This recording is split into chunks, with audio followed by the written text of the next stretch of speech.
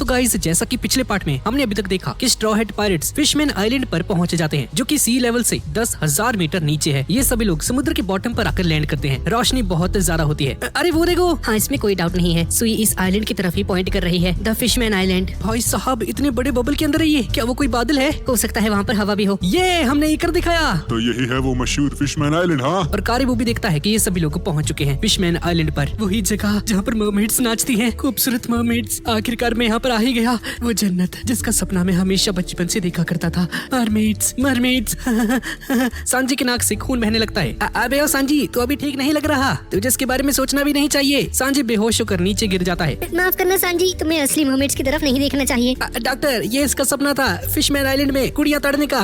ये बचपन से ही मरमेड्स को देखना चाहता था, लेकिन मुझे लगता है कि अगर इसने मरमेड्स को देख लिया तो ये मारा जाएगा। मुझे फर्क नहीं पड़ता है, एक लंबी उम्र जीना सिवाय किसी सपने के, इससे अच्छा तो मैं मरमेड्स देखकर मारा जाऊं। अपनी गंदी नजरों से देखते हुए मैं मरमेड्स को देख ही रहूंगा। सांजी जल रहा है। ये ठरक और हवस की कॉम्बिनेशन की आग है। यहाँ पर लूफी भी लालच में अंधा हो चुका है। मुझसे तो रहा नहीं जा रहा, सोच रहा हूँ उनकी डिशेस में कैसा मीट डलता होगा। अरे वो क्या है? सी मॉन्स्टर्स का एक झुंड इनकी तरफ आ जाता है, जो कि क्रैकन से भी बड़े हैं। अरे वाह, कितने कमाल के लग रहे हैं। लगता है मुझे इन्हें भी टेम करना होगा। और तभी इन सी मॉन्स्टर्स के ऊपर सवार एक बंदा बोलता है कि तुम इन बेवकूफ इंसानों की बात क्यों मान रहे हो क्रैकन, जिसे सुनकर क्रैकन काम जाता है और जैसे ही इसकी आंखों में देखता है तो स्ट्रॉ हेड की शिप को छोड़कर यहाँ से भाग पड़ता है। अबे शुरू में क्या कर रहा है, वापस आ। ये सारे मॉन्स्टर्स 1000 सनी को घेर लेते हैं और इनमें से एक बंदा बोलता है कि तुम सभी ही स्ट्रॉ हेड पायरेट्स हो ना, मैं तुम सभी को बहुत अच्छे से जानता हूँ। तुम सब वही हो जिसने आर्लोंग के पायरेट्स का प्लान तबाह किया था। वो सब कुछ समझना तो आसान था, लेकिन फिर तुम सभी ने हाची के साथ दोस्ती कर ली आर्लोंग पायरेट्स के ऑफिसर से 2 साल पहले, और तुमने एक सेलेस्टियल ड्रैगन को भी मार गिराया है, बिल्कुल फिश टाइगर की तरह, जो कि फिशमैन आइलैंड का हीरो है, जिसकी मैं इज्जत करता हूँ। तो गाइज, इस आदमी का नाम है फाइटर हैमॉन्ड और ये न्यू फिशमैन पायरेट्स का एक मेंबर है। इसका फैसला करना मुश्किल है कि अब मुझे क्या करना चाहिए। तो बताओ मुझे, क्या तुम सभी लोग हमारे दुश्मन हो या नहीं? हाँ, और गाइस, इन बाकी के दोनों पायरेट्स का नाम है असैसिन होयोजू और इस जोकर का नाम है फाइटर का सागोन। ठीक है, मैं तुम्हें एक मौका देता हूँ। क्या तुम द न्यू फिशमैन पायरेट्स के लिए काम करना चाहोगे? क्या तुम इनकार करते हो या इसे एक्सेप्ट करते हो? हाँ, अगर तुमने इनकार किया तो मैं तुम सभी को डुबा दूंगा। क्या कहते हो? हाँ। ये सुनते ही नामी फ्रैंकी से कहती है कि जल्दी से शिप को कोयले से भर दो। हम अभी 10,000 मीटर जमीन के नीचे हैं, हम तो लड़ भी नहीं सकते हैं और हमारे जीतने का भी कोई चांस नहीं है, तो इसलिए हमें यहाँ से भागना होगा। शिप में जितनी भी हवा है कॉब्डी बर्स्ट का यूज करो फिशमैन आइलैंड में एंट्री मारने के लिए, वरना हम इतनी दूर आकर मारे जाएंगे। फ्रैंकी, नामी ने सही कहा, लगता है हमारा जिंदा रहने का सिर्फ यही एक मौका है। और चॉपर कोला भरने के लिए चला जाता है और फ्रैंकी स्टीयरिंग को संभालता है। ये सब मुझ पर छोड़ दो, तुम बिल्कुल भी चिंता मत करो सोनियो। इस हलचल को देखकर लगता है कि इनके पास कोई प्लान होगा। इंसान इतने ज्यादा बुद्धिमान नहीं होते हैं, कुछ भी करने का कोई फायदा नहीं। तो क्या तुम हमारे लिए काम करना चाहोगे स्ट्रॉ हेड लूफी? हाँ, इसका सवाल ही पैदा नहीं होता है बेवकूफ।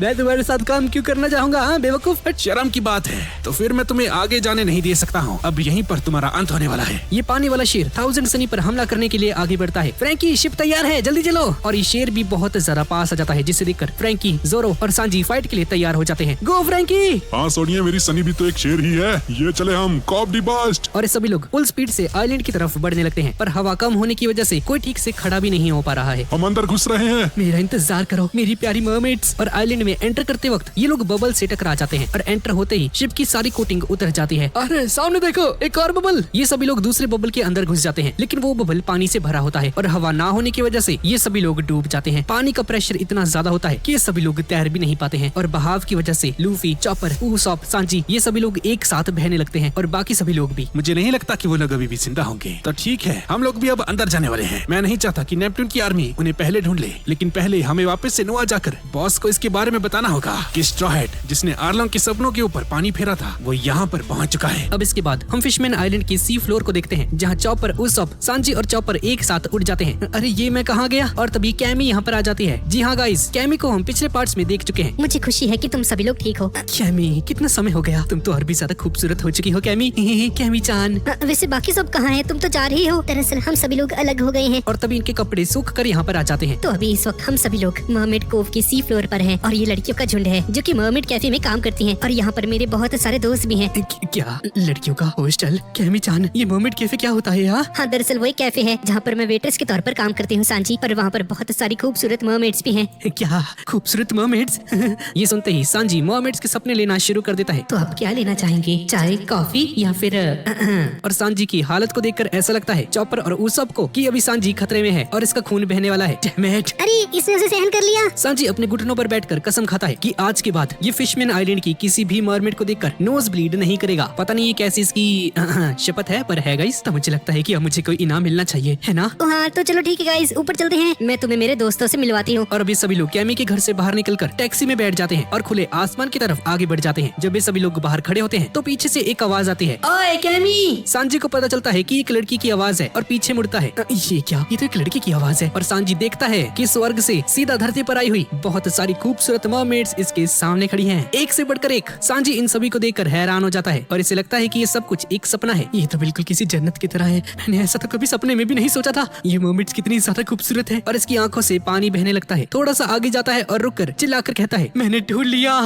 यही है मेरा ऑल ब्लू, यही है मेरा सपना। और जैसे ही सांजी रो रहा होता है, चिल्ला रहा होता है, साइड से एक मरमेड आती है और इसका हाथ पकड़कर बोलती है, क्या हुआ आपको? आप रो क्यों रहे हो? हाँ चलिए मेरे साथ आइए, हम लोग पानी के अंदर डांस करेंगे।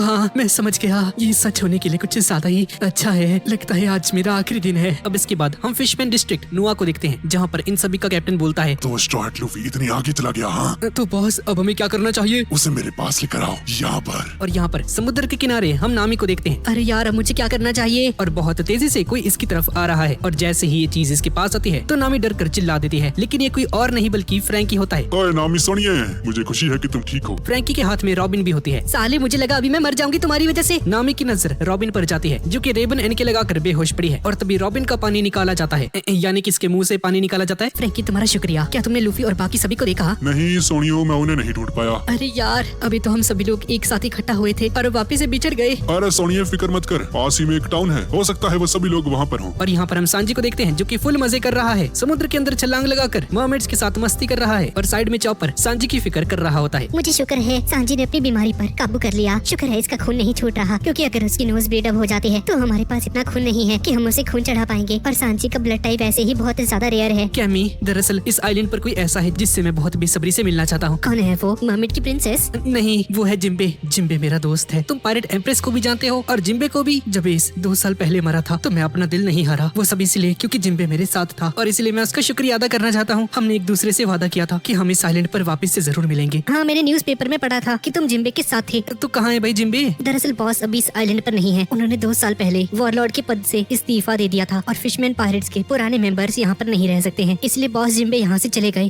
क्या? तो मैं उससे यहाँ पर नहीं मिल सकता? ये काफी लंबी कहानी है, लेकिन वॉर ऑफ द बेस्ट ने इस आइलैंड पर बहुत कुछ बदल दिया है। और तभी कैमी की छोटी सहेलियां जो कि इसके घर पर काम करती हैं यहाँ पर आ जाती हैं। ये 5 सामने से आती हैं और बताती हैं कि रॉयल फैमिली की शिप यहाँ पर ही आ रही है। शायद वो लोग लूफी को पकड़ना चाहते हैं, क्योंकि इन लोगों ने गेट से एंट्री नहीं की है और इलीगल तरीके से यहाँ पर एंटर हुए हैं। हे लूफी तुम्हें चुपना होगा। और यहाँ पर एक मरमेड जो कि सांजी के पास होती है। सांजी कौन? प्लीज यहाँ पर आइए। सांजी को कोई भी फर्क नहीं पड़ता है, ये मरमेड्स इसे जहाँ मर्जी ले जाए। ठीक है सुनिए, आ रहा हूँ। और तभी रियोगु पैलेस की शिप यहाँ पर आ जाती है, जिसमें से बहुत सारे हॉर्न्स बजते हैं और एक अनाउंसमेंट की जाती है कि नेपट्यून 3 ब्रदर्स यहाँ पर पहुँच चुके हैं। हेलो, यहाँ पर जितनी भी लड़कियाँ हैं उन सभी को मेरा हेलो, सत श्री अकाल, आदाब, केम छो। और मैं तुम सभी से कुछ पूछना चाहता हूँ। साइड में से सांजी ये सब कुछ छुप कर देख रहा होता है और इसके साथ जो मरमेड होती है ये सांजी को पीछे खींच लेती है। नहीं सांजी तुम ऐसा नहीं कर सकते, चुपचाप यहाँ पर रहो और हिलना मत। ये है क्या? मैं किसे टच कर रहा हूँ? क्या ये कोई मार्शमेलो है? अरे नहीं, ये तो कुछ और है। ये तो बहुत ही स्वीट स्मेल है। ये जरूर फिशमैन आइलैंड का ही कोई फल होगा। और उसे बार बार सूंघता है। क्या है भाई ये? शिट, क्या कर रहा है सांजी? अब इसके बाद हम प्रिंस हुका बोशी को देखते हैं, जिसे शार्क मरमैन भी कहा जाता है। मुझे रिपोर्ट मिली है एक इलीगल एंट्री की। क्या यहाँ पर कोई आया है? अगर तुमने देखा है तो मुझे बता दो, और अगर तुमने नहीं देखा तो भी कोई बात नहीं। नहीं, हमने यहाँ पर किसी को नहीं देखा है। क्या वो इतने ज्यादा जरूरी है कि प्रिंस को इतनी दूर यहाँ पर आना पड़ा? मैं पूरी तरह से श्योर नहीं हूँ कि जिन्हें हम ढूंढ रहे हैं वो यहाँ पर आए थे या नहीं। खैर तुम सभी का शुक्रिया, हम कहीं और चेक करते हैं। तुम्हारा समय खराब करने के लिए माफी चाहता हूँ। माफी चाहते हैं। और ये सभी लोग अपनी शिप को घुमाकर वापस से चले जाते हैं। और तभी लूफी उस और चॉपर भी देखते हैं कि शिप जा रही है। और यहाँ पर सांजी बुरी तरह से हैरान हो जाता है जब इसे पता चलता है कि अभी किसको टच कर रहा था। वो कोई मार्शमेलो नहीं था या कोई फ्रूट नहीं था। सांजी का तापमान बढ़ जाता है। मरमेड बहुत ज्यादा परेशान हो जाती है और सांजी के नाक से खून का एक झरना बहने लगता है। भाई साहब, रिवर्स में ऊपर की तरफ प्रिंस पीछे देखता है और इन सभी की नजर सांजी, उसॉप, चॉपर और लूफी पर पड़ जाती है। और ये तीनों पोस्टर में देखते हैं। इसमें कोई शक नहीं, ये पायरेट स्ट्रॉ हैट लूफी ही है। और इसकी शिप में जितने भी सिपाही होते हैं नीचे कूद जाते हैं इन्हें अरेस्ट करने के लिए। यहाँ पर हम एक जंगल में जोरो को देखते हैं और तभी इस आइलैंड के बहुत सारे सिपाही जोरो को घेर लेते हैं। क्या तुम ही पायरेट हंटर जोरो हो स्ट्रॉ हैट से? हाँ हूँ तो क्या। यहाँ पर ये सभी सोल्जर्स लूफी के सामने आ जाते हैं इसके साथ लड़ने के लिए। और न्यू फिशमैन पायरेट्स भी यहाँ पर आ जाते हैं और दूर से खड़े होकर इन सभी को देखते हैं। ये रहे स्ट्रॉ हैट और बाकी सभी लोग। और तभी चॉपर सामने आकर कहता है, 1 मिनट रुक जाओ, इलीगल एंट्री के लिए हम माफी चाहते हैं, पर आप हमें अभी अरेस्ट नहीं कर सकते हैं। क्या अभी यहाँ पर कोई ब्लड डोनेट कर सकता है? अगर कुछ नहीं किया गया तो हमारा दोस्त आधे घंटे में मर जाएगा। प्लीज अगर किसी के पास SRH नेगेटिव टाइप का ब्लड ग्रुप है तो प्लीज हमें दान कर दीजिए, हमारे पास ज्यादा समय नहीं है।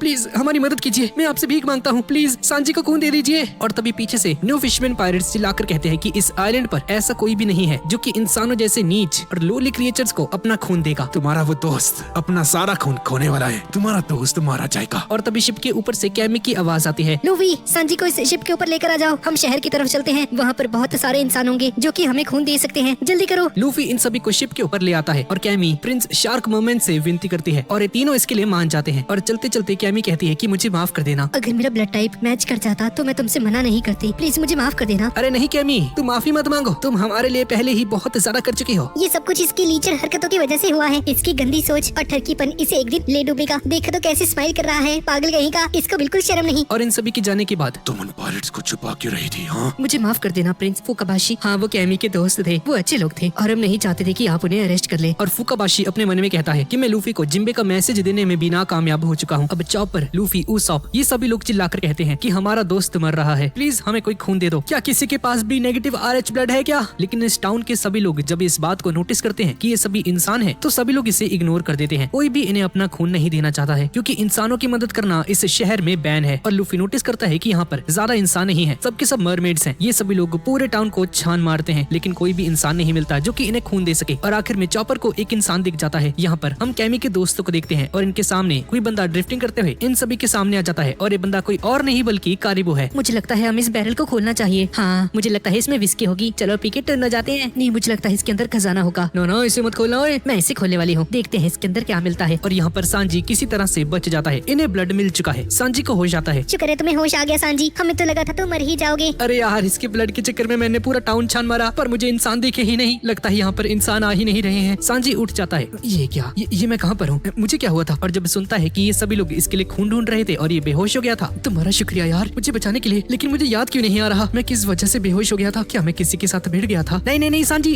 तुझे याद करने की जरूरत नहीं है, तू सो जा, आराम से सो जा, लेट जा। उसॉप पर्दे के पास आता है और कहता है कि सांजी तुम्हें शुक्रिया अदा करना चाहिए उन लोगों का जिन लोगों ने तुम्हें ब्लड डोनेट किया है। ये देखकर सांजी सोचता है कि पर्दे के उस पार कोई खूबसूरत सी लड़की होगी और उसकी आवाज सुनकर भी ऐसा ही लगता है। लगता है किसी खूबसूरत और डेलिकेट लड़की ने मुझे खून दिया है, मेरे बॉडी में एक खूबसूरत लड़की का खून दौड़ रहा है। पर जब ये बंदा पर्दा हटाता है तो देखता है कि दो गेज इंसान यहाँ पर होते हैं। ये देखकर सांजी नीला पड़ जाता है। क्यों, तुम कितने बुरे हो, तुमने ये क्यों किया? मेरी नसों में किसी गे का खून दौड़ रहा है, मुझे नहीं चाहिए, ब्लेड लेकर आओ। चलो यार, अपना सांजी पहले जैसा तो हो गया कम से कम।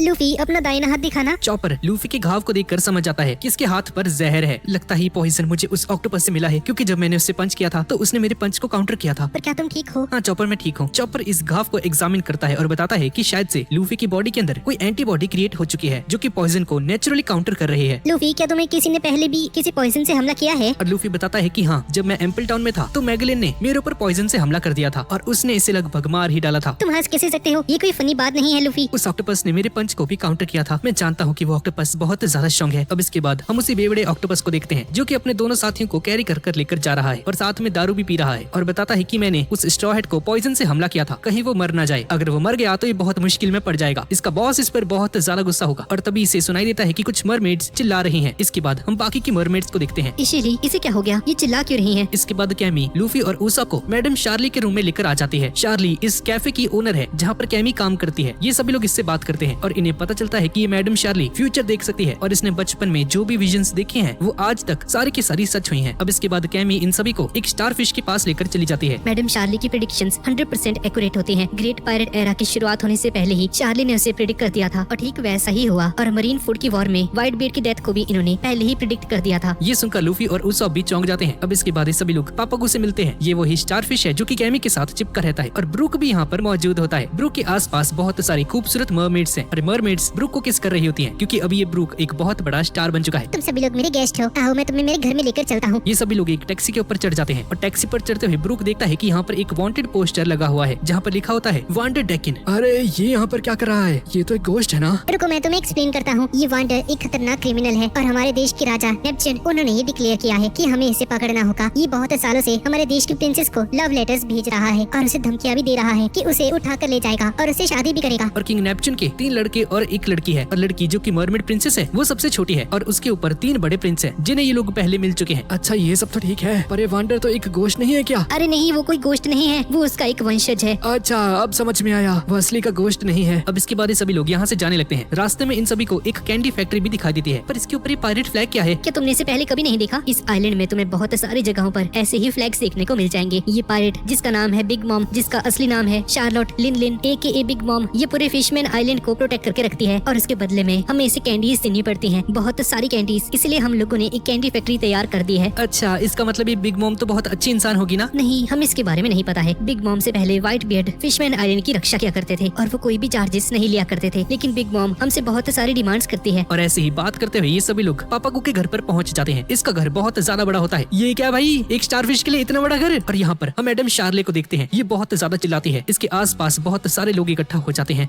क्या हुआ आपको मिस शार्ले? मैंने एक विजन देखी, मैंने फ्यूचर को देखा। हमें जल्द से जल्द उस पायरेट को ढूंढना होगा जिसके पास स्ट्रॉ हैट है। उसे पकड़कर इस कंट्री के बाहर फेंक दो, क्योंकि स्ट्रॉ हैट लूफी इस कंट्री को डिस्ट्रॉय कर देगा। इसके बाद हम एक पायरेट ग्रुप को देखते हैं और ये सभी लोग यहाँ से भाग रहे होते हैं। जल्दी करो, हमें यहाँ से भागना होगा। अगर वो लोग हमें पकड़ लेते हैं तो हम मारे जाएंगे। और इनका कैप्टन चिल्लाकर कहता है कि भला ये क्या बात हुई? अगर कोई बंदा फिशमैन आइलैंड पर आता है तो इन्हें एक फॉर्म भरना पड़ेगा और इन सभी को फिशमैन पायरेट्स के अंदर काम करना पड़ेगा। ये बहुत ज्यादा नाइंसाफी है और मैं इसका बदला लेकर ही रहूंगा। अब इसके बाद हम फिशमैन कैप्टन होडी जोन्स को देखते हैं। इसके पास एक बंदा आता है और चिल्लाकर कहता है कि वो क्रैबन पायरेट्स भाग चुके हैं सर। इन इंसानों को जब भी मौका मिलता है भाग जाते हैं। पता नहीं ये सभी लोग हमारे अंडर काम क्यों नहीं करना चाहते। सर मैं चाहता हूँ, मैं उन्हें पकड़ कर लेकर आता हूँ। नहीं, तुम यहीं पर रुको, मैं जाऊंगा। एक दवाई पी लेता है। नहीं सर जी, इतनी सारी पावर ड्रग्स आप एक साथ नहीं ले सकते हैं। और हम देखते हैं कि होडी जोन्स बहुत ज्यादा स्ट्रॉन्ग हो जाता है। इसकी आंखें लाल हो जाती हैं। उन लोगों को मैं अपने हाथों से मारूंगा। अब इसके बाद लूफी और ये सभी लोग पापागू के घर पर जाते हैं। इसका घर बहुत ज्यादा बड़ा होता है और बहुत ज्यादा अमीर है। इसकी एक बहुत बड़ी शॉपिंग मॉल भी है। घूमते घूमते एक शॉपिंग मॉल में आ जाते हैं और इन्हें आवाज सुनाई देती है कि कोई लड़की स्टोर के सेल्स मैनेजर से डिस्काउंट को लेकर बहुत झगड़ा कर रही होती है। लगता है ये आवाज मैंने पहले कहीं सुनी हुई है। ये कोई और नहीं बल्कि नामी है। हे नामी! नामी को देखकर सभी लोग खुश हो जाते हैं। नामी भी कैमी से मिलती है और ये सेल्स मैनेजर पापागू के पास आकर कहता है कि हमें एक ट्रैवल कस्टमर मिला है। अच्छा, तो तू है यहाँ का बॉस? हाँ, नामी पापागू को पकड़ लेती है। मुझे डिस्काउंट दे, समझ गया ना चुटकू से? अरे ये क्या कर रही हैं आप? प्लीज ऐसा मत कीजिए, ये हमारे बॉस हैं। अच्छा ठीक है, हम लोग दोस्त हैं, तुम्हें पैसे देने की जरूरत नहीं है। तुम्हें जो कुछ भी चाहिए तुम ले सकती हो। सोनी कुड़ी। अरे सच में तुम तो बहुत अच्छे हो। सुनो सब लोग। और एक ही मिनट में ये लोग पूरी शॉप को सफा चट कर जाते हैं। पूरी शॉप ही लूट जाते हैं। भाई फायदा उठा लिया उन्होंने दोस्ती का। अब इसके बाद सभी लोग बाहर चले जाते हैं और बाहर बहुत ज्यादा लोगों की भीड़ जमा हो जाती है। सभी लोग ऊपर की तरफ देख रहे होते हैं। अरे ये तो वही है ना। और पापागू और केमी चिल्लाकर कहते हैं वो देखो ऊपर। और देखते हैं कि ऊपर एक बहुत बड़ी वेल आ रही होती है और वेल के ऊपर कोई इंसान बैठा हुआ है। इंसान या मरमेड कोई तो बैठा हुआ है। उसे देखकर सभी लोग चौंक जाते हैं और आपस में बात करते हैं कि यहाँ पर कैसे आ सकता है। लाइफ में पहली बार इन सभी के सामने इनका किंग नेपट्टून सामा यहाँ पर आ चुका है। अरे ये कौन है भाई? अरे ये भालू जैसा दिखने वाला इंसान कौन है? हे, तुम लोग पागल हो गए हो क्या? ये ह्यूगो किंगडम का किंग है, king Neptune, the lord of sea. अच्छा, तो ये बूढ़ा आदमी किंग है। हाँ तो भाई बूढ़े आदमी क्या चाहिए तुम्हें दड़ियल से? तुम्हारा नाम लूफी है ना? तुम स्ट्रॉ हैट क्रू के कैप्टन हो? हाँ मैं ही हूँ कैप्टन। मैं यहाँ पर आया हूँ तुम सभी को इनवाइट करने के लिए रियोगू पैलेस के ऊपर। ये सुनकर सभी लोग घबरा जाते हैं। ये चल क्या रहा है भाई? किंग इन्हें यहाँ पर खुद इनवाइट करने के लिए आया है, ये कैसे हो सकता है? यहाँ पर हम सांजी को देखते हैं। सांजी की ट्रीटमेंट चल रही है। चॉपर इसके साइड में बैठा हुआ है। लेकिन जब सांजी को नामी और रॉबिन के बारे में याद आता है तो इसका फिर से ब्लड लॉस होने वाला था। लेकिन चॉपर जल्दी से उन दोनों गेस को यहाँ पर बुला लेता है और जिन लोगों ने सांजी को खून दिया था ये दोनों यहाँ पर आ जाते हैं। हम लोग नर्स हैं, हम तुम्हारी देखभाल करेंगे सोनी मुंडिया। ये देखकर सांजी की हालत खराब हो जाती है। साले दूर हो जा मुझसे।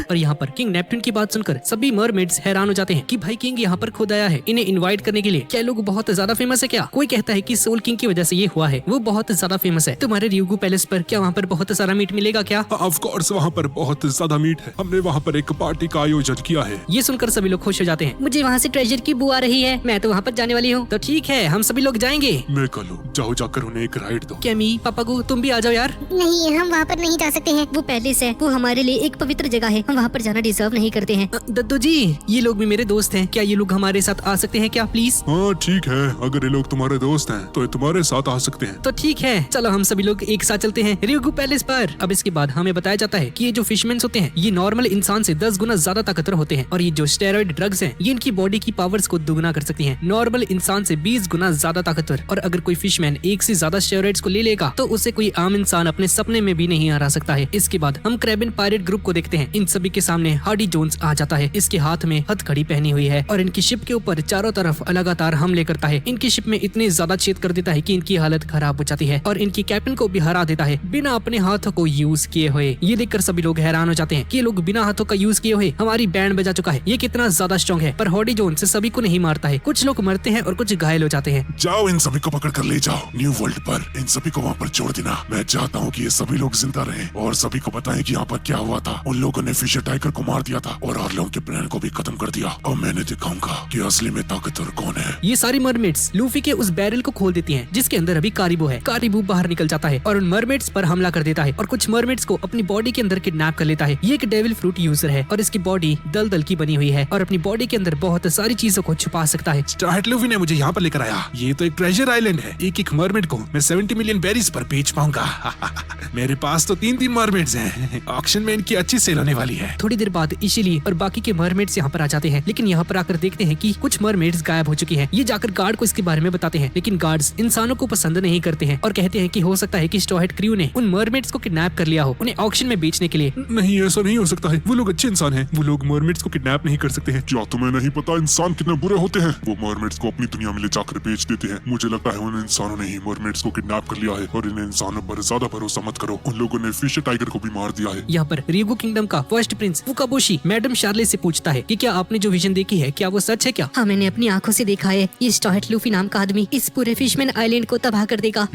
उन लोगों ने मेरी बहन पेट शार्को को आजाद कर दिया था। उन लोगों ने उसकी जान बचाई है। मुझे लगता है कि वो लोग अच्छे इंसान हैं, पर उनकी हरकतों की वजह से मुझे उन्हें अरेस्ट करना ही होगा। इसके बाद हम देखते हैं कि लूफी और ये सभी लोग उस शार्क के ऊपर बैठकर रियुगु पैलेस की तरफ जा रहे हैं। मेरी बेटी की पेट शार्को को बचाने के लिए तुम्हारा शुक्रिया बच्चे। वो काफी दिनों से रो रही थी। दरअसल हमने ये जानबूझकर नहीं किया था। हमें तो पता भी नहीं था कि उस क्रैकन की नाक के अंदर वो शार्क फंसी हुई थी। मैंने तुम्हारे एक और दोस्त को उस पैलेस पर इनवाइट किया है। वो एक स्वॉर्ड्समैन है और आते ही उसने दारू पीनी शुरू कर दी थी। उसने अपना नाम जोरो बताया है। मैंने बाकी के सोल्जर्स को भी भेज दिया है। सभी लोग उसी पैलेस पर आ जाएंगे। और इन्हें पता चलता है कि यहाँ पर एक पेड़ भी है जो कि साइज में बहुत ज्यादा बड़ा है। ये पेड़ समुद्र के नीचे से लेकर सरफेस तक है और 10,000 किलोमीटर जितना बड़ा है और उसी पेड़ से सनलाइट यहाँ पर नीचे ट्रांसफर की जाती है, इसलिए यहाँ पर इतनी ज्यादा रोशनी है और हवा भी है। और ऐसे ही बात करते करते ये लोग रियुगु पैलेस पर पहुंच जाते हैं। ये एक बहुत ही बड़ा पैलेस होता है जो कि बहुत खूबसूरत है, लेकिन यहाँ पर चारों तरफ पानी होता है। इसलिए किंग लूफी और उसके दोस्तों को एक पंपिंग ट्यूब देता है जिससे पंप करने से एक बबल तैयार हो जाता है और पानी के अंदर जाने के बाद भी ये लोग सांस ले पाते हैं। और ऐसे ही चलते हुए ये लोग मेन एंट्रेंस में पहुंच जाते हैं। ये सभी लोग पैलेस के अंदर एंटर कर जाते हैं और किंग सामने जाकर अपनी कुर्सी पर बैठ जाता है। अरे यार, मुझे तो बहुत ज्यादा भूख लग रही है। ये पैलेस कितना ज्यादा बड़ा है। क्या ये हमारा एंटरटेनमेंट भी करने वाले हैं? लूफी को खाने की खुशबू आने लगती है और उसका पीछा करने लगता है और खाने का पीछा करते हुए यहाँ से निकल जाता है। और यहाँ पर कुछ लोग किंग को रिपोर्ट देते हैं स्ट्रॉ हैट लूफी के बारे में जो भविष्यवाणी देखी है। और दूसरी रिपोर्ट प्रिंसेस शिबारोशी किंग की सबसे छोटी बेटी, उसके ऊपर कोई हमला कर रहा है और ये कोई और नहीं बल्कि वांडर डाकिन है। सर, वो अभी भी राजकुमारी से शादी करना चाहता है। वहाँ पर और भी ज्यादा गार्ड्स भेज दो।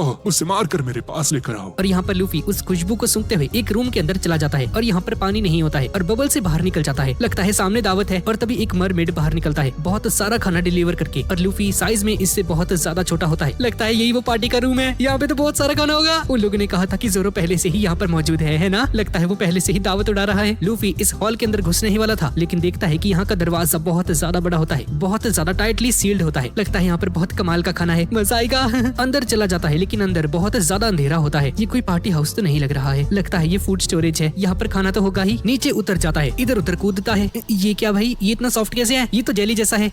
ये यहाँ पर कोई है क्या? और तभी रूम की लाइटें जल जाती है और लूफी ऊपर से नीचे गिर जाता है। लूफी नीचे गिर जाता है और इसे समझ में नहीं आता कि आखिर अभी ये हुआ क्या। और लूफी अपने सामने एक मरमेड को देखता है जिसका साइज बहुत ज्यादा बड़ा होता है। ये मरमेड बहुत ज्यादा डरी होती है। तुम कौन हो? तुम मेरी बॉडी के साथ क्या कर रहे थे? हाँ, और यार, ये मरमेड तो बहुत ज्यादा बड़ी है। मुझे पता है तुम यहाँ पर मुझे मारने के लिए आए हो ना, लेकिन मैं तुमसे नहीं डरती क्योंकि मैं नेपच्यून की बेटी हूँ, रियुगु किंगडम की प्रिंसेस हूँ, प्रिंसेस शिराओशी। और ऐसा बोलने के बाद ही रोना शुरू कर देती है। इसके आंसू इतने ज्यादा बड़े होते हैं कि लूफी को लिटरली इससे बचना पड़ता है। अरे क्या हो गया तुम्हें? रो क्यों रही हो भाई? मैंने तो कुछ किया भी नहीं। अरे मैं यहाँ पर खाने के लिए आया था, बस मुझे माफ कर देना प्लीज, तुम रो मत। अब इसके बाद हम ghosted and haunted ship flying Dutchman को देखते हैं जिसका कैप्टन है वांडर डेकिन। मैं शिरवाशी के पीछे 10 सालों से बड़ा हुआ हूँ, लेकिन उसका बाप बहुत ज्यादा कमीना है। अपनी बेटी की अरेंज मैरिज करवाना चाहता है, लेकिन हम एक दूसरे से बहुत प्यार करते हैं। हालांकि ये बंदा अकेला ही उससे प्यार करता है। शिराओशी इसे जानती तक नहीं है और डेकिन के डर से शिराओशी का फादर शिराओशी को 10 सालों से एक आइलैंड के टावर पर लॉक करके रखा हुआ है ताकि वहाँ पर डेकिन ना पहुँच सके। और आसपास बहुत सारे गार्ड्स भी मौजूद होते हैं जिसकी वजह से शिराओशी बहुत डरपोक हो चुकी है। शिराओशी, तुम्हारी किस्मत मेरे साथ ही बंधी हुई है। तुम्हें मुझसे शादी करनी होगी या फिर मैं तुम्हें मेरे हाथों से मार डालूंगा। और इसके बाद एक जायंट एक्स को लेकर आ जाता है और आसमान में फेंक देता है और कहता है कि ये हमारा प्री वेडिंग गिफ्ट है, इसका खुले हाथों से स्वागत करो। यहाँ पर आइलैंड के ऊपर शिराओशी बहुत जोर से रो रही है। अरे चुप हो जाओ यार, अरे सॉरी यार, कितनी जोर से चिल्लाती है ये दानव सी। बाहर बहुत सारे गार्ड्स होते हैं। प्रिंसेस शिराओशी रो रही है, ये किसने किया? और तभी लूफी नोटिस करता है कि एक बहुत बड़ी जायंट एक्स आ रही है इसकी तरफ, जो कि सीधा जाकर शिराओशी को लगने वाली थी। लेकिन लूफी शिराओशी को बचा लेता है और इस एक्स को पीछे फेंक देता है। ये क्या था? इतनी बड़ी एक्स यहाँ पर कैसे आई? ये देखकर शिराओशी भी बहुत ज्यादा चौंक जाती है। यहाँ पर मेन रियुगु पैलेस के अंदर नामी, ब्रूक, उसॉप और केमिको यहाँ के सभी गार्ड्स चारों तरफ से घेर लेते हैं और कहते हैं कि हम तुम्हें गिरफ्तार करने वाले हैं। अरे ये तुम क्या कर रहे हो? हम यहाँ के गेस्ट हैं। तभी यहाँ का मिनिस्टर यहाँ पर आ जाता है। तुम्हारे ऊपर दो चार्जेस हैं। पहला चार्ज है तुम लोगों ने बहुत सारी मरमेड्स को किडनैप किया है। क्या फालतू की बकवास है ये? हम क्यों करेंगे ऐसा? हाँ, तुम्हारे ऊपर दूसरा चार्ज है। मैडम शार्लिन ने एक फ्यूचर देखा और उसने प्रिडिक्ट किया कि तुम्हारा कैप्टन स्ट्रॉयट लूफी फिशमैन आइलैंड को तबाह कर देगा। ये सुनकर उसॉप को गुस्सा आ जाता है। साले फ्यूचर देखा? हाँ, बताओ तेरे को अभी। इन सभी को गिरफ्तार कर लो, हमें अपनी कंट्री को बचाना होगा। और इन सभी पर कूद पड़ते हैं और यहाँ पर बहुत सारे गार्ड्स प्रिंसेस शिराओशी को रोते हुए सुनते हैं। हमें जल्दी जाना होगा, ये क्या हो रहा है? प्रिंसेस रो रही हैं। और शिराओशी लूफी को अपने पीछे छुपा लेती है। लूफी बहुत ज्यादा आवाज कर रहा था और अपनी उंगली से इसका मुंह बंद कर देती है। बहुत सारे गार्ड्स दौड़ते हुए घर के अंदर आ जाते हैं। तुम्हारा दरवाजा खुला क्यों है? हाँ, क्या अंदर कोई आया था शिराओशी? अरे नहीं, ये तुम्हारा वहम है। यहाँ पर कोई भी नहीं आया। और तभी इसका पेट शार्क यहाँ पर आ जाता है। और तभी मिनिस्टर भी यहाँ पर आ जाता है और कहता है कि तुम्हारी पेट को जिसने बचाया है स्ट्रॉयट लूफी और उसकी टीम, वो लोग सस्पेक्ट्स बन चुके हैं। वो यहाँ पर इस आइलैंड के ऊपर बहुत सारी मरमेड्स को किडनैप कर रहे हैं और हम उन्हें पकड़ने वाले हैं। हमने उनके बहुत सारे दोस्तों को ऑलरेडी पकड़ लिया है और एक स्पोर्ट्समैन जो कि दारू पी के बेहोश हो गया था, हमने उसे लॉकअप के अंदर डाल दिया है। और ये किसी और की नहीं, जोरो की बात कर रहे हैं। और उसके 3 दोस्तों को भी हम लोग पकड़ने वाले हैं। लेकिन जब उसके कैप्टन को इसके बारे में पता चला तो यहाँ से भाग गया। उनके कैप्टन का नाम है लूफी, वो एक स्ट्रॉ हैट पहनता है, उससे बचकर रहना। और ऐसा बोलकर ये सभी लोग यहाँ से चले जाते हैं। जब सभी लोग बाहर चले जाते हैं, शिराओशी लूफी को अपने सामने लेकर आती है। तुमने मेगालॉक को बचाया, मुझे पता नहीं था। मैंने तुमसे अच्छे से बात नहीं की ना, मुझे माफ कर देना। अरे कोई बात नहीं, चिंता मत करो। तुम्हारे दोस्तों को हमारे पैलेस के गार्ड्स ने पकड़ लिया है लूफी, अब क्या होगा? अरे तुम चिंता मत करो, वो सभी लोग बहुत ज्यादा ताकतवर हो चुके हैं, उन्हें कुछ नहीं होगा। तुम एक पायरेट हो ना लूफी, तो क्या इसका मतलब है तुम एक बुरे इंसान हो? मैं बुरा इंसान हूँ? ठीक है, इसके बारे में तुम डिसाइड करो, मुझे नहीं पता। लेकिन उससे भी ज्यादा मैं इंटरेस्टेड हूँ इस एक्स में। मुझे बताओ ये तुम पर किसने फेंका और क्यों फेंका है? मैं जानती हूँ ये किसने किया है। उसका नाम है कैप्टन वांडर डेकन। वो मुझ पर बहुत गुस्सा है क्योंकि मैंने उसका ऑफर रिजेक्ट कर दिया। वो मुझे अपनी बंदी बनाना चाहता था, लेकिन मुझे उससे कोई लगाव नहीं। उसके पास एक डेविल फ्रूट की ताकत है जिसका नाम है मार्क डेविल फ्रूट, और उसने मुझे मार्क कर दिया और वो कभी भी कहीं से भी मुझ पर अटैक कर सकता है। इसीलिए मैं इस टावर से बाहर भी नहीं जा सकती हूँ, वरना वो मुझे मार देगा। मुझे बहुत ज्यादा डर लग रहा है। लेकिन लूफी इसकी बातों पर ध्यान नहीं देता है और इसके पेट से आवाजें आ रही हैं। यार मुझे बहुत ज्यादा भूख लगी है, शिराओशी यार कुछ खाने को है क्या? शिराओशी इसे अपने खाने की टेबल पर लेकर चली जाती है। तुम जो खाना चाहते हो खा सकते हो लूफी। लूफी टूट पड़ता है खाने के ऊपर। क्या बात है, ये तो बहुत ही ज्यादा स्वादिष्ट है भाई। प्लेट का सारा खाना खा जाता है। तुम कितने छोटे हो लेकिन कितना ज्यादा खाते हो ना। और शिराओशी इसे बताती है कि वांडर डेकन इसके पीछे 10 सालों से पड़ा हुआ है और 10 सालों से इसके साथ शादी करने के लिए बोल रहा है। लेकिन शिराओशी उसे भाव नहीं दे रही है, जैसे कि आजकल की कुड़ियां। अरे यार ये कितना अजीब आदमी है, जिससे प्यार करते उसे मारना भी चाहता है। ये कैसा प्यार है भाई? लूफी बहुत ज्यादा खाना खाता है और इसकी गालों पर अपनी उंगली से हल्का सा टच करती है। तुम कितने मोटे हो चुके हो। अरे वो खा रहा हूँ मैं, डिस्टर्ब मत कर। लेकिन जब लूफी इस पर चिल्लाता है तो शिराओशी बहुत ज्यादा इमोशनल हो जाती है। मेरे ऊपर आज तक किसी ने ऐसे नहीं चिल्लाया है। तुम बहुत बुरे हो। लड़के बहुत बुरे होते हैं। और रोने लग जाती है। अरे यार तुम फिर से शुरू हो गई। ओए शिराओशी, क्या तुम कहीं पर जाना नहीं चाहती क्या? तुम तो 10 साल से यहाँ पर बंधी हुई हो ना। हाँ, ऐसी बहुत सारी जगहें हैं जहाँ पर मैं जाना चाहती हूँ। तो ठीक है, चलो मेरे साथ, हम लोग बाहर चलते हैं। नहीं, हम लोग नहीं जा सकते, मुझे बाहर जाना मना है। अरे यार मैं तुम्हारे साथ हूँ ना, अगर कोई तुम पर हमला करता है तो मैं तुम्हें बचा लूंगा, तुम चिंता मत करो। यहाँ पर हम जोरो को देखते हैं जो कि आराम से मजे से घोड़े बेचकर जेल के अंदर सो रहा है। सब लोग सोच रहे होते हैं कि ये जोरो इतनी आसानी से कैसे सो सकता है भाई, ये तो जेल में है ना। जोरो को घंटा भी फर्क नहीं पड़ता है, दारू पी के मस्त सो रखा है। यहाँ पर नामी, ब्रूक और उसॉप बहुत सारे गार्ड्स इन पर हमला करते हैं, लेकिन सभी को बहुत आसानी से हरा देते हैं। और तभी मिनिस्टर बोलता है, तुमने देखा ना, जैसा मैडम शार्ली ने कहा था बिल्कुल वैसा ही हो रहा है। अबे साले पागल है क्या? तू हम पर हमला कर रहा है इसलिए हम तुझ पर हमला कर रहे हैं। पागल से अपने आप को बचाए ना क्या? हमने किया ही नहीं कुछ फालतू में। रॉयल गार्ड्स एक एक करके सभी हारने लग जाते हैं। किंग नेपच्यून जी, अब आपको ही कुछ करना होगा। मुझे नहीं पता कि मुझे इन्हें अरेस्ट करना चाहिए या नहीं, क्योंकि मैडम शार्ली ने फ्यूचर प्रेडिक्ट किया है और फ्यूचर प्रेडिक्शन के हिसाब से हम किसी को अरेस्ट नहीं कर सकते हैं। मुझे इसके बारे में सोचना होगा, मुझे सोचने के लिए समय चाहिए, लेकिन तब तक मैं तुम सभी को अरेस्ट करके रखूंगा। इन पर हमला करता है और इनका बबल फूटने वाला है क्योंकि अभी ये लोग पानी के अंदर हैं। तभी जोरो यहाँ पर आ जाता है और नेपच्यून के हमले को रोक देता है। अरे जोरो तुम तो जेल में थे ना? मुझे आवाज आई थी यहाँ पर पार्टी चल रही है, इसलिए पार्टी को ज्वाइन करने के लिए मैं यहाँ पर आ गया। और दूसरी तरफ हम लोग वांडर डेकन और होडी जोन्स को देखते हैं। ये दोनों आपस में मिल जाते हैं क्योंकि इन दोनों का गोल एक ही है। ये दोनों के दोनों किंग नेपच्यून को मारना चाहते हैं और होडी जोन्स इसकी किंगडम को हथियाना चाहता है और वांडर डेकन प्रिंसेस शिराओशी से शादी करना चाहता है और दोनों एक दूसरे के साथ हाथ मिला लेते हैं। हमें उस नेपच्यून को मारना ही होगा, इस फिशमैन आइलैंड को तबाह करना होगा, जिसके बाद हमारा नाम पूरी दुनिया में फेमस हो हो जाएगा। और इसी के साथ इस सीरीज का 55th पार्ट यहीं पर खत्म हो जाता है। तो गाइज यही थी आज की वीडियो। तो गाइज आज की वीडियो में आपको सबसे बेहतरीन पार्ट कौन सा लगा नीचे कमेंट्स में मुझे जरूर बताना। और इस वीडियो का कमेंट टारगेट रखते हैं 13 के कमेंट्स। और गाइज Q&A वीडियो पर भी काम चल रहा है और वो भी बहुत ही जल्द आने वाली है। और गाइज इस वीडियो के डिस्क्रिप्शन में आपको वन पीस एनिमे के बहुत सारे प्रोडक्ट्स भी देखने को मिल जाएंगे। और गाइज सारे ही प्रोडक्ट्स बहुत ज्यादा कमाल के हैं, तो आप उन्हें भी चेकआउट कर सकते हो। तो ठीक है गाइज, और मिलते हैं अगली वीडियो में।